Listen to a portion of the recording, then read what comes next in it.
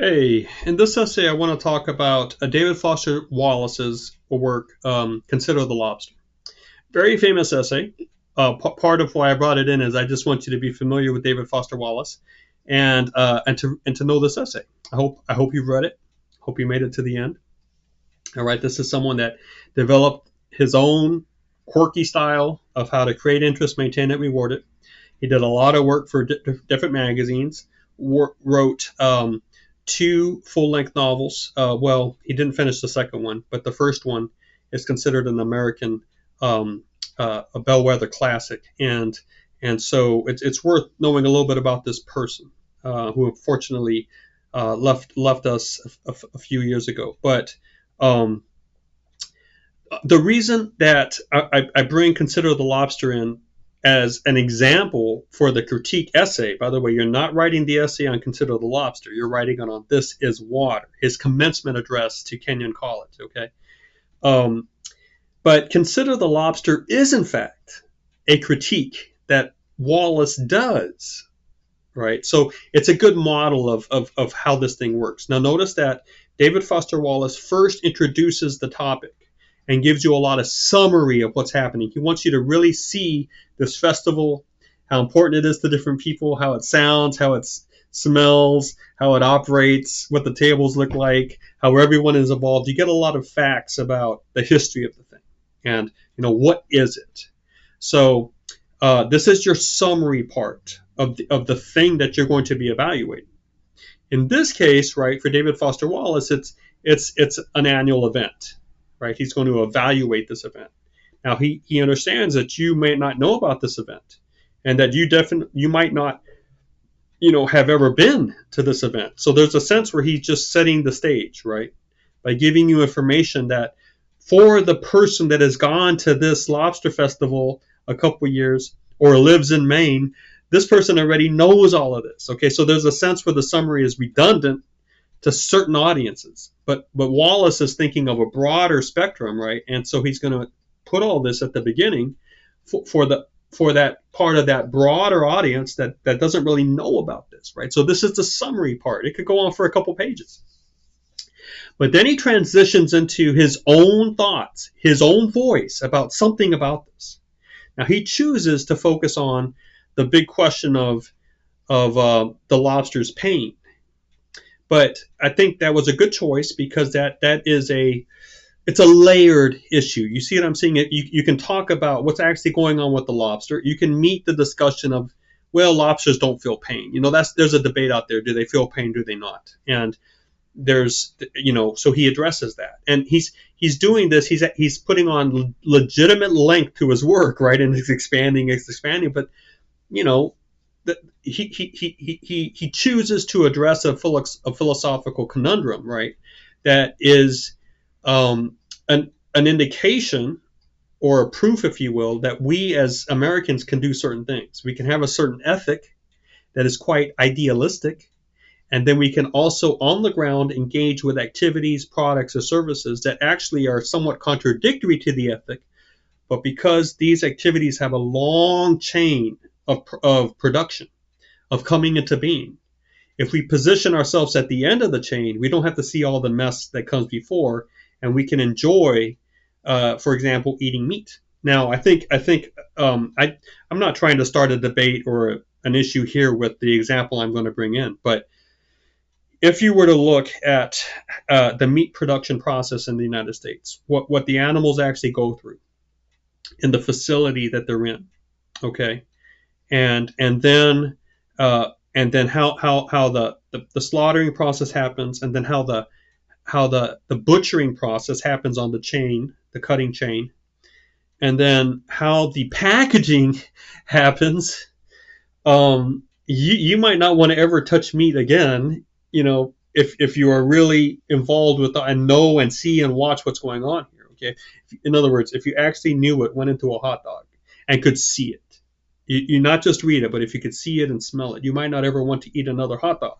Okay, so those of us that love meat, that like meat, that consume meat, of course, there are plenty of ways to avoid that, but But if this is your way of getting protein, many times we position ourselves at the end of the production process. So all that we see is a nicely, cleansed piece of meat in a nice cellophane wrapper at a store, refrigerated, looks good, and we don't see any of the butchering process. Okay, so we might be frustrated at our neighbor who seems to be ignoring their dogs and leaving the dogs out in the rain and not feeding the dogs very well. And the dogs are, whatever. I mean, have you seen someone actually be cruel to an animal? It's not that cool, right? So if you watch someone be cruel to an animal and something is stirring in you, why is it that we can eat meat and not really worry about all of this? Now, there are ways to resolve that philosophically or theologically. Okay, so I don't want to present this in a way that, I guess what I'm saying is the example I'm using is actually quite simplistic. And if you really dive deep into it, there are complications and nuances that can cause the tension to disappear. Okay, but the idea is, and the idea that Wallace is working with is that Americans can have a mental ideal of something, and then physically on the ground, we do something different. We're able to have blind spots. We're able to compartmentalize things. On a Monday, we're going to say this about ethics, but on Tuesday, we're going to do something different. So he does this with Consider the Lobster, right? And you can kind of divide that piece up into two pieces, two sections. The first section is summary, and the next section is evaluation, and that's your critique. Now, I don't expect you to do critiques as David Foster Wallace does, but it's a good model, all right. And there are other things that you can learn from this. Okay, vocabulary, syntax, flow. There's a fast flow that goes here until he hits the point where he starts discussing the definition of the lobster and all of that. But then it picks up after that as well. Paragraphing, footnotes especially. Okay, so Foster Wallace had a lot of fun with his footnotes, and footnotes exist for when you have footnotes on a page. That's different from endnotes. Endnotes come at the end of the chapter, so you'll never be able to see them at the bottom. You'll see a number or a letter, and then you have to go back to the end of the chapter or the end of the book and find them. Right, you have to go back and forth, but some people prefer footnotes because if you're interested in finding out a little bit more that the note indicates, you can just look down at the bottom of the footer of the page. That's literally what that space is called, the foot of the page. The reason it's not used more often is that footnotes don't really fit well into the formatting of modern glossy magazines. They fit better on websites, but they also carry sort of a feel to them of scholarly writing, and sometimes popular websites, by that I mean websites addressed to the general public, don't really want to involve themselves that way with the data or with the way they're presenting the information. They don't want that sort of feel to be there. In the history of the footnotes, it was just a hassle to typeset it, right? To get the formatting, to get the page. I mean, if you make a change to that page and the footnote slips down to another page, oh my goodness, man, you had to go and refigure the whole chapter. So before software, indexing and footnoting were just incredibly arduous tasks. But anyway, the footnote is a legitimate writing tool. And what it does is it gives you another area to have a discussion with your reader. You have your primary area, which is your text, and then you have the ancillary, the one that goes alongside the primary area. We can call it the secondary conversation, which is happening at the bottom. Now, sometimes people use footnotes for citation. They're going to give you the name of the book or the name of the article or the name of the film, whatever, down there. The name of the interview, and when it took place. Sometimes footnotes exist to just give you another sidebar of conversation. Okay, so that's what Wallace does, and I want you to just know that as you write your essays for me, you can use footnotes. As you're doing modern work on your modern software, it will have reference tools, and you can find the reference tab, and then you can figure out how to put a footnote in there, and you can start experimenting with that. This class is designed for you to experiment. I'm never going to penalize you for that. So if you want to experiment with putting pictures or graphs in your essays, if you want to experiment with putting footnotes, I'm like, yes, go for it. Figure out how to do it. Figure out how to make it work. See what type of stuff you want to put down on the footnotes. Why not? Let's go. So this is a good example for that, and just a reminder that footnotes are they can be really they can add something to your writing. Okay. Back to the main purpose of the essay. An example of a critique. Critique is going to have a summary part to it, and underneath it, a larger evaluation part. I say that the evaluation part is going to be a little bit bigger because the essay is not a summary essay, it's a critique essay. So that the title or the genre of the essay, the assignment, tells you what part is the major part.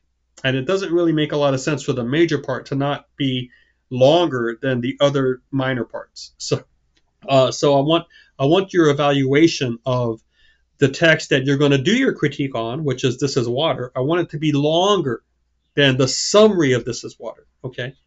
Now, there was a very famous book by de Graaf, I believe, maybe a decade ago, called They Say, I Say.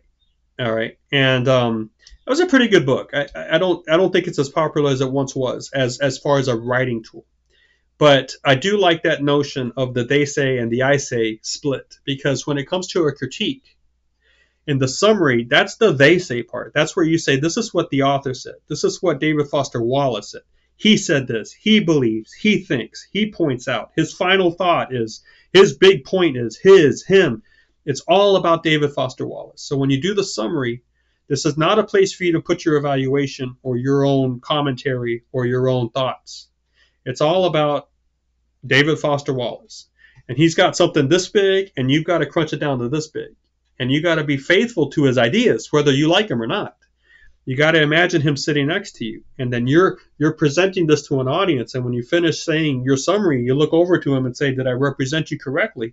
He ought to be able to say, yes, you were pretty much right on. Okay? And once you provide that summary, then you can move into the I say part. I believe, I think he was right here. I think he was a little too simplistic. I think he went over the top with this one, or whatever. Or you don't necessarily always have to be focusing on what was right or wrong, strong or weak in the article. You can run with an idea and apply it. You can say, hey, this idea was really important. And even today, more so, think of how it applies here. And you can expand. You can do all sorts of things. I just need you to have your own voice happening there. These have to be your ideas. Okay. And I really do prefer you to use the first person pronoun. I need you to say, I think, I believe, I point, bring that in there. That's a beautiful pronoun. It's used a tremendous amount in print. It's a professional tool. At professional levels, we use the first person pronoun. Why would I ever tell you that you can't write an essay? That you shouldn't be using it in your college essays? That's a fake rule. So bring back the I, and really have a good transition when you get to the evaluation part. Okay, where you say, after reading this, I had a few thoughts, and then you just talk about your ideas. Okay. Now, one last thing I want to say is that I want you to have a 2-tier title for the critique. So you have a main title and the colon and the subtitle, okay? And in your subtitle, you can use the word a critique on, okay? Or that's fine. But I want the title to be a little more creative, okay? The title that I do not appreciate, that I don't want to see, is the title that says critique essay, right? I'll get that. Every now and then I'll get that, the awkward 2-word title, critique essay, That's not a title. No, I'm not. I don't like that. That's not creative. That's revealing to everyone that this is an assignment you're writing for. I want you to pretend that you're writing to a magazine, to a newspaper, to a website. Don't think that you're just writing to me, because then it's all about meeting the assignment and getting the points. It's not about learning how to create interest, maintain it, reward it. Okay, so pretend that you're actually writing to get it out there in print somewhere. And when you have up there critique essay, no one's going to understand that title out there. You see what I'm saying? So I want a 2-tier title, put some creativity in it. And then I would like you to start the whole essay with a sentence that quickly tells me the name of the thing you're critiquing, the author, the date, and, if you want to put the place, a little bit of a setting, like in his year, look at the year, it was convocation address to, look at the place, comma, open quotation marks, this is water, comma, close quotation marks. Author and speaker David Foster Wallace has a few thoughts to say about, you see what I'm saying? In the very first sentence, right? I give you everything you need to know about the document. Where it was presented, what's its name, who's the author, all of that, right? Now, if in parentheses you also put the web address where I can find it, then my question to you is, why would you ever need a works cited? Because it's all up there, right? So I would like you to actually experiment with that. Try to get the citation information up, woven into your paragraph somehow, so that you don't need a works cited at the end. Okay? However, if you are quoting from him, okay, then you'll need to put quotation marks around that, okay? And I think that the extra step here, if you really wanted to nail down where this quote is coming from, especially if you have the website in your summary, is to count the paragraphs. Don't give me a page number. Websites don't really have page numbers. PDFs do, but websites don't, even though they do have pages. You know what I'm saying? When you have this document on that web page, you need to start at the beginning and count the paragraphs. And for web material, very often paragraphs are separated by a line space. So anything that has a line space above or below it is a separate paragraph, even if it's just one word. Okay, paragraph 1, paragraph 2, paragraph 3, and that's a way you can do it as well when you use the in-text citation. Okay, well, there's a lot of work for you here. Get going, and I hope that this is something that's profitable for you. If you meet the basic assignment, turn in your work, you're going to get full credit. Okay. And more than anything, probably more than me saying, great, I hope you learn how to do a critique, is good. I introduced you to David Foster Wallace. I hope you like some of his writing and some of his ideas. Hey, thanks for watching.